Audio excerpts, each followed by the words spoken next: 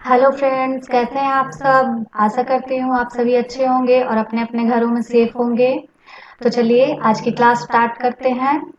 आज मैं आप लोगों के साथ एसएससी सीजीएल 2020 का सिलेबस डिस्कस करने वाली हूँ इंग्लिश के लिए। और इसके मतलब 1-2 दिन बाद मैथ्स का सिलेबस भी अच्छे से आ जाएगा, तो आप उसके लिए भी वेट कर सकते हैं और हमारे चैनल को सब्सक्राइब कर सकते हैं। तो चलिए आगे की तरफ बढ़ते हैं। ये देखिए, स्क्रीन पे लिखा हुआ है, your future is created by what you do today not tomorrow. ये काफी सिंपल सी लाइन्स है, लेकिन इसकी मीनिंग काफी ज्यादा डीप है कि आपको फ्रेंड्स जो कुछ भी करना है आज करना है, अभी करना है, ना कि उसे कल पे टालते रहना है। तो चलिए आगे की तरफ बढ़ते हैं। इसे आप एक मोटिवेशन की तरह ले सकते हैं। आगे की स्लाइड्स पे चलते हैं। देखिए फ्रेंड्स, आज मैं आप लोगों के साथ इंग्लिश का सिलेबस डिस्कस करने वाली हूँ, तो उसके लिए मैंने कुछ पॉइंट्स यहाँ पे बनाए हैं।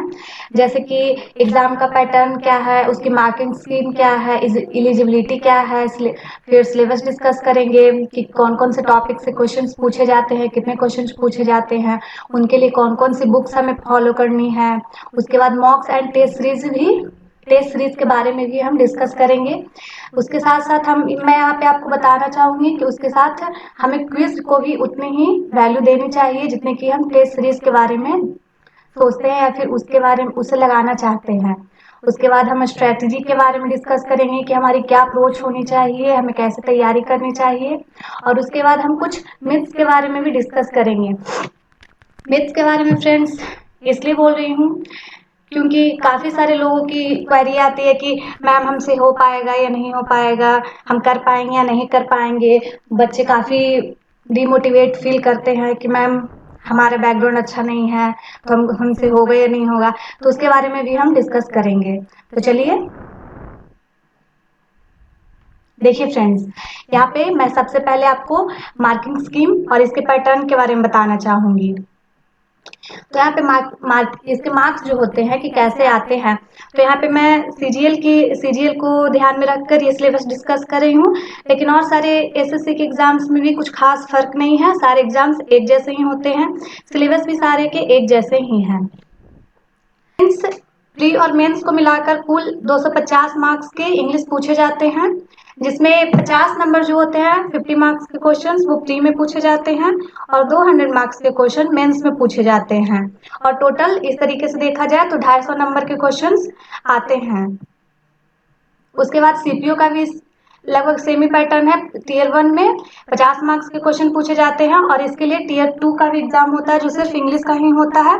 उसमें 200 मार्क्स के क्वेश्चन पूछे जाते हैं। सीएचएसएल में 50 मार्क्स के क्वेश्चन पूछे जाते हैं टीयर 1 में। फ्रेंड्स, अगर इसकी एलिजिबिलिटी की बात की जाए, मैं थोड़ा सा डिस्कस कर देती हूँ पीछे वाले स्लाइड्स में। इसके लिए कौन सा बच्चा एलिजिबल है, कौन एग्जाम दे सकता है। जिसने भी ग्रेजुएशन किया है, चाहे वो कोई भी स्ट्रीम से हो, साइंस हो, आर्ट्स हो, कॉमर्स हो, कोई प्रॉब्लम नहीं है। अगर उसने सिर्फ ग्रेजुएशन किया है तो वो इसके लिए एलिजिबल है, कोई से भी बोर्ड से हो, कोई फर्क नहीं पड़ता। अब हम सिलेबस के बारे में डिस्कस करते हैं कि क्या क्या क्वेश्चंस पूछे जाते हैं। ये फ्रेंड्स टॉपिक नहीं है, ये टॉपिक हम आगे की स्लाइड्स में डिस्कस करेंगे। यहाँ पे हम क्या क्या क्वेश्चन पूछे जाते हैं, कौन कौन से फॉर्म्स में क्वेश्चन पूछे जाते हैं, वो यहाँ पे है। जैसे कि स्पॉट द ईडर से क्वेश्चन पूछे जाते हैं फ्रेंड्स, जिसमें प्री में अगर बात करें तो 3 से 4 क्वेश्चन पूछे जाते हैं और मेंस में इसके 25 से 30 क्वेश्चन के बीच में आते हैं। ब्लैंक्स का भी यही हाल है। ब्लैंक्स में भी प्री में अगर देखा जाए तो 3 से 4 क्वेश्चंस होते हैं, कभी कभी 2 या 3 क्वेश्चंस भी आते हैं। वो डिपेंड करता है कि एग्जामिनर को क्या मन है, वो कैसे क्वेश्चंस को सेट करते हैं, इस पे डिपेंड करता है। और मेंस में इसके 20 से 25 क्वेश्चन पूछे जाते हैं। इम्प्रूवमेंट्स के भी 25 क्वेश्चन तक पूछे जाते हैं। प्री में 1 या 2 क्वेश्चन से ही होते हैं। वॉइस और नरेशन का वेटेज टीयर 2 में काफी ज्यादा है फ्रेंड्स। वॉइस और नरेशन को मिलाकर, इन दोनों को सिर्फ अकेले मिलाकर 45 से 50 क्वेश्चन तक पूछे जाते हैं, जिसमें 22 से 25 क्वेश्चन तक नरेशन से होते हैं और इतने ही क्वेश्चन लगभग वॉइस से होते हैं। प्री में कभी कभार क्वेश्चन पूछा भी जाता है वॉइस और नरेशन से और नहीं भी पूछा जाता है, इसका कोई श्योर नहीं है, लेकिन मेंस में इसका वेटेज काफी ज्यादा है। उसके बाद friends synonym, antonym, one word और इडियम एंड फ्रेजेस, ये जो चारों हैं ये वोकैब्स के पोर्शन में आते हैं। मैं आगे आपको बताऊंगी कि आपको कैसे इंग्लिश को 3 भागों में बांटकर पढ़ना है, जिससे कि आपको पढ़ने में, प्रिपरेशन करने में सहूलियत महसूस हो। उसके बाद friends, rearrangements, cloze test and reading comprehension, RC, जिसे भी हम आरसी कहते हैं, जिसे हम आरसी भी कहते हैं। ये तीनों फ्रेंड्स आपको न्यूज़पेपर के लिए, इसके लिए आपको न्यूज़पेपर पढ़ना काफी जरूरी है। तो चलिए पहले हम टॉपिक डिस्कस कर लेते हैं। यहाँ पे देखिए फ्रेंड्स, यहाँ पे मैंने ग्रामर को 3 भागों में बांटा है, ताकि इससे आपको तैयारी करने में आसानी हो। देखिए फ्रेंड्स, पहला पोर्शन ग्रामर का आता है, उसके बाद वोकैबुलरी का पोर्शन आता है, जिसका भी काफी अच्छा वेटेज है।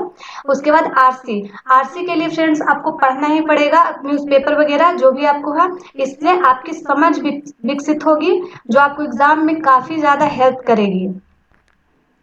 तो फ्रेंड्स, यहाँ पे हम ग्रामर के टॉपिक्स देख लेते हैं कि कौन कौन से टॉपिक से क्वेश्चंस पूछे जाते हैं। तो देखिए फ्रेंड्स, ये दोनों का सिलेबस है, प्री और मेंस का सिलेबस, दोनों का सिलेबस एक जैसा ही है, बस क्वेश्चंस के डिफर होते हैं, क्वेश्चंस डिफर करते हैं और कुछ नहीं।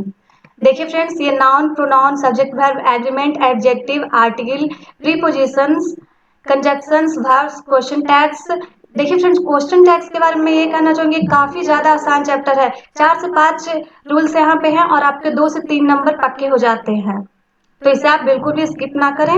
उसके बाद tense, voice, narration, conditional sentences, adverbs, ये सारे चैप्टर मैं आपको इसी चैनल पे काफी अच्छे से कवर कराऊंगी, तो आप इस चैनल पे बने रहिएगा। उसके बाद फ्रेंड्स, वोकैब्स के लिए आते हैं। वोकैब्स में syno, anto, one word, idiom phrases, prepositional verbs and phrasal verbs. देखिए फ्रेंड्स, ये इन चारों के बारे में तो आपको पता होगा, लेकिन prepositional verbs and phrasal verbs काफी सारे टीचर्स स्किप कर देते हैं, ये एक में भी मैं आपको अच्छे से डिस्कस करूंगी। उसके बाद फ्रेंड्स, आरसी आता है, इसके लिए आपको न्यूज़पेपर पढ़ना पड़ेगा, या फिर आपके कोई भी, आपकी जो मतलब जो भी आपको पढ़ना अच्छा लगे, आप कोई नॉवेल्स पढ़ सकते हैं, या फिर कोई आजकल बहुत सारे ऑनलाइन वेबसाइट्स हैं, उससे आप कोई आर्टिकल्स पढ़ सकते हैं, वहां से भी आपकी रीडिंग स्किल काफी ज्यादा इम्प्रूव होगी। उसके बाद फ्रेंड्स, यहाँ पे हम बुक्स की बात कर लेते हैं कि हमें इन सब के लिए अच्छे से प्रिपरेशन करने के लिए, ताकि हम एक अच्छा स्कोर कर सके, उसके लिए हमें कौन सी बुक्स फॉलो करनी चाहिए। वैसे तो मार्केट में काफी ज्यादा बुक्स अवेलेबल हैं, लेकिन आपको सबको पढ़ने की जरूरत नहीं है, आपको सिर्फ उतना ही पढ़ना है जितना से आपका एग्जाम क्लियर हो सके। तो मैंने यहाँ पे कुछ अच्छी अच्छी बुक्स की कलेक्शन आपको बताई है। देखिए फ्रेंड्स, अगर आप ग्रामर पढ़ना चाहते हैं, ग्रामर आपको कवर करना है, तो आपके लिए लिंक टू पैरामाउंट की बुक वॉल्यूम 1 ग्रामर के पोर्शन के लिए सबसे अच्छी रहेगी, जो कि नीतू मैम के द्वारा लिखी गई है, काफी अच्छी बुक है। एमबी पब्लिकेशन की बात करते हैं फ्रेंड्स, यहाँ पे वॉल्यूम 2 भी लिखा है मैंने, वो इसलिए क्योंकि ये आरसी में आपको हेल्प करेगा, क्योंकि वॉल्यूम 2 में आरसी काफी अच्छे से दिया हुआ है। प्रैक्टिस के लिए आप वहां से वॉल्यूम 2 को यूज कर सकते हैं, वहां उसमें फ्रेजल वर्ब्स, प्रीपोजिशनल वर्ब्स काफी सारे दिए हुए हैं। हालांकि आप इसका जो अपडेटेड वर्जन आया है, उसमें वॉल्यूम 1 में भी प्रीपोजिशनल वर्ब्स ये सारे ऐड कर दिए गए हैं। उसके बाद friends, MP publication, SP Bakshi की ओर चलते हैं। ये दोनों बुक्स भी काफी अच्छी हैं। देखिए फ्रेंड्स, एमबी पब्लिकेशन के लिए मैंने आपको इसलिए रिकमेंड किया है क्योंकि इसमें आगे वन वर्ड और इडियम एंड फ्रेज दिया हुआ है। फ्रेंड्स, काफी अच्छा कलेक्शन है, अगर आप इतना कर लेते हैं तो इससे बाहर कुछ भी नहीं आएगा, तो मेरे ख्याल से तो इससे ज्यादा पढ़ने की जरूरत नहीं है। उसके बाद फ्रेंड्स, इसके पीछे अभी जो अपडेटेड वर्जन आया है, उसमें इसके पीछे 133 सेट्स दिए हुए हैं, उसमें आप काफी अच्छे से उसकी तैयारी कर सकते हैं, उसके लिए प्रैक्टिस कर सकते हैं, अपने इंग्लिश के पोर्शन को मजबूत करने के लिए प्रैक्टिस कर सकते हैं। एसपी बक्सी से आप वोकैब प्रिपेयर कर सकते हैं, इसमें काफी ज्यादा अच्छे वोकैब्स दिए हुए हैं। लेकिन उससे पहले फ्रेंड्स, अगर आप ये दोनों बुक्स आपको तभी फॉलो करनी है जब आपने प्रीवियस ईयर के सारे वोकैब्स अच्छे से याद कर लिए हैं, क्योंकि वोकैब्स का कोई अंत नहीं है, इसलिए आपको सबसे पहले प्रीवियस ईयर के वोकैब्स ही कंप्लीट करने हैं, क्योंकि एसएससी अपने काफी सारे क्वेश्चंस रिपीट करती है। तो उसके लिए अगर आपको सारा प्रीवियस ईयर का कंपाइलेशन एक जगह चाहिए, तो उसके लिए आप किरण पब्लिकेशन की बुक परचेज कर सकते हैं, उसमें आपको सारा कुछ एक साथ दिया हुआ है, आपको इधर उधर भागने की जरूरत नहीं पड़ेगी। आगे हम न्यूज़पेपर की बात करते हैं। न्यूज़पेपर फ्रेंड्स आपको रीडिंग कॉम्प्रिहेंशन के लिए काफी ज्यादा इम्पोर्टेंट है। देखिए फ्रेंड्स, अगर आप अभी जस्ट आपने तैयारी शुरू की है, आप बिगिनर हैं, तो आप इंडियन एक्सप्रेस से स्टार्ट कर सकते हैं। इसकी लैंग्वेज थोड़ी आसान होती है। और अगर आपकी तैयारी एक अच्छे लेवल पे पहुंच चुकी है तो आप द हिंदू पे जा सकते हैं। वो आपकी समझ पे डिपेंड करती है कि आपको कौन सा पेपर अच्छे से समझ में आता है। आप दोनों 8-8 दिन के लिए पढ़कर देख सकते हैं। आपको जो भी अच्छा लगे आप उसमें से कोई भी एक पेपर पिक करके उसके साथ आगे कंटिन्यू कर सकते हैं।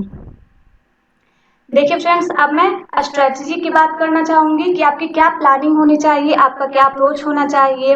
आपने सारे कुछ के बारे में जान लिया, आपने बुक्स के बारे में जान लिया, आपने सिलेबस के बारे में जान लिया, कौन कौन से टॉपिक्स पूछे जाते हैं, उससे कहाँ से क्वेश्चंस आते हैं, ये सारा मैंने आपको सब कुछ बता दिया। तो अब आपको पढ़ना कैसे है। तो फ्रेंड्स, पढ़ने के लिए आपको अपना रूटीन खुद बनाना होगा।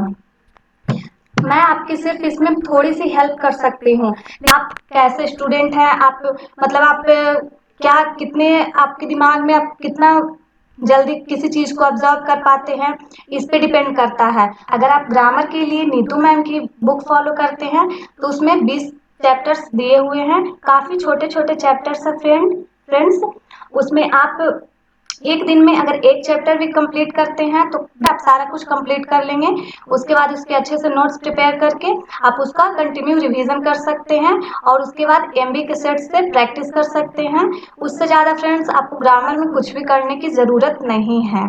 अगर वोकैब्स की बात की जाए तो आप अगर एकदम आज से आपने तैयारी शुरू की है या फिर आप शुरू कर रहे हैं तो आप सबसे पहले नीतू मैम के बुक में जो ये वोकैब का सेक्शन दिया हुआ है, सिनो एंटो, ये सारे कुछ दिए हुए हैं, आप सबसे पहले वहां से शुरू करें। वो अच्छे से कंप्लीट कर लें, अच्छे से याद कर लें। उसमें लगभग प्रीवियस ईयर के ही सारी चीज एक जगह किए हुए हैं। आप किरण भी कर सकते हैं या फिर नीतू मैम की बुक भी कर सकते हैं। ये दोनों हो गई। अगर आपने ये अच्छे से कंप्लीट कर लिया है तो आप एमबी पे या फिर एसपी वर्कसी पे स्विच कर सकते हैं। फ्रेंड्स, आपको आपको वोकैब याद कैसे करना है, तो आप एक दिन में 15-20 आपकी जो भी इफिशियंसी है आप उस हिसाब से इसे आगे कंटिन्यू कर सकते हैं। प्रैक्टिस के लिए फ्रेंड्स मैंने आपको सारी बातें बताई दी कि आपको ग्रामर के लिए एमबी पब्लिकेशन या फिर सारी प्रैक्टिस के लिए, क्योंकि उसमें सारे सेट्स ही दिए हुए हैं, तो आप आराम से वहां से प्रैक्टिस कर सकते हैं। अब थोड़ी बातें हम मॉक्स एंड टेस्ट सीरीज पे कर लेते हैं।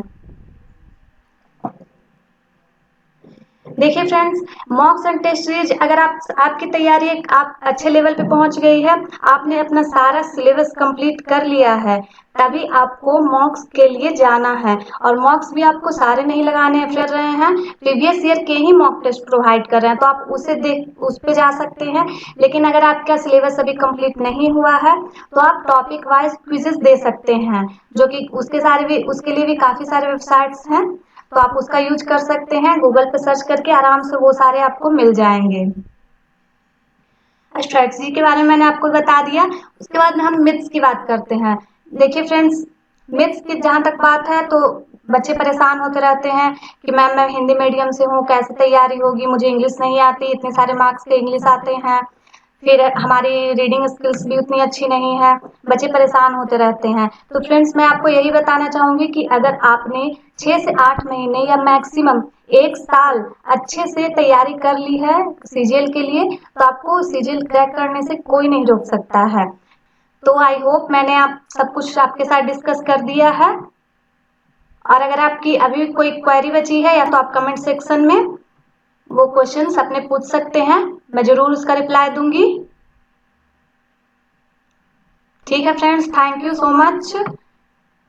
अगर आपको ये वीडियो पसंद आया हो तो आप हमारे चैनल पे बने रह सकते हैं, क्योंकि आगे काफी सारे कोर्सेज मैथ और इंग्लिश के लॉन्च होने वाले हैं, तो आप उसका फायदा उठा सकते हैं।